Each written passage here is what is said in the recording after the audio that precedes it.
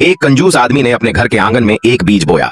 उसकी पत्नी ने कुएं का पानी डालकर उसे सींचा तो वह बीज तेजी से अंकुरित होकर छत तक चढ़ गया और उस पर 3 विशालकाय सोने की लौकियां उगाईं। सुबह होते ही आदमी ने 2 मजदूर बुलाए और जैसे ही उन्होंने लौकी काटनी शुरू की, उसमें से चूहों की चीखें आने लगीं और एक जोरदार धमाका हुआ। हजारों चूहे निकलकर उसके अनाज के भंडार की ओर दौड़ पड़े और पूरा अनाज चट करके उसे चूहों की लीद में बदल दिया। जब तक वह कुछ समझ पाता तब तक बहुत देर हो चुकी थी। चमचमाते चावल अब सिर्फ गंदगी बन चुके थे। वहीं उसका छोटा भाई बहुत नेक और सीधा साधा था। उसने भी लौकी काटी तो उसमें से तेज सुनहरी रोशनी निकली और उसकी टूटी फूटी झोपड़ी एक शाही महल में बदल गई। घर किसी राजसी बाग बगीचे जैसा दिखने लगा। उसने गरीबों में चावल और रेशमी कपड़े बांट दिए।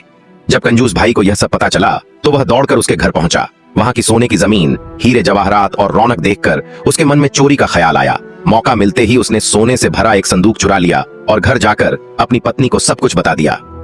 पत्नी ने छानबीन की तो पता चला कि उसका नेक दिल भाई एक घायल चिड़िया को बचाया था और उसी के बदले उसे सोने का बीज मिला था। यह जानकर दोनों ने मिलकर एक साजिश रची। रात के अंधेरे में आदमी छत पर चढ़ा और उस चिड़िया को पकड़कर उसका पैर तोड़ दिया। यह देखकर उनके घर की काली बिल्ली तक हैरान रह गई और सोचने लगी कि उसका मालिक उससे भी ज्यादा निर्दयी है। आदमी ने फिर दिखावे के लिए चिड़िया का इलाज किया और उससे कहा कि बदले में उसे 5 सोने के बीज देने होंगे। घबराई हुई चिड़िया किसी तरह बची और 3 दिन लगातार उड़कर अपने राज्य में पहुंची। वहां उसने चिड़िया रानी को अपने साथ हुए अत्याचार की पूरी कहानी सुनाई। रानी यह सुनकर बहुत गुस्से में आ गई और उसे एक सोने का बीज दे दिया। दरबार के सारे मंत्री और सैनिक भी इस लोभी आदमी के अत्याचार से नाराज हो गए।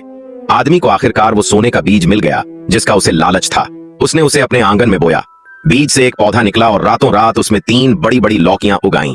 अगले दिन उसने मजदूर बुलवाए और पहली लौकी कटवानी शुरू की। तभी एक जोरदार धमाका हुआ और हजारों चूहे निकलकर उसके अनाज के भंडार की ओर दौड़ पड़े और सारा अन्न खाकर उसे चूहों की लीद में बदल दिया। वह फिर भी नहीं माना और दूसरी लौकी कटवाने लगा।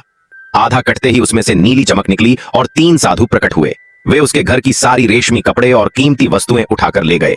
गुस्से में आकर उसने तीसरी लौकी पर कुल्हाड़ी चलाई। तभी उसमें से बिजली और कड़कती आवाज के साथ वो काली बिल्ली जिसे उसने मारा था एक भयानक राक्षस बनकर सामने आ गई। उसकी दहाड़ इतनी डरावनी थी कि पति पत्नी दोनों डर के मारे चूहों की लीद में जा छिपे। लेकिन राक्षसी बिल्ली ने उन पर हमला कर दिया और दोनों को मार डाला। उसके बाद वह भयानक बिल्ली धुएं में बदलकर हवा में विलीन हो गई। जैसा करेंगे वैसा ही मिलेगा।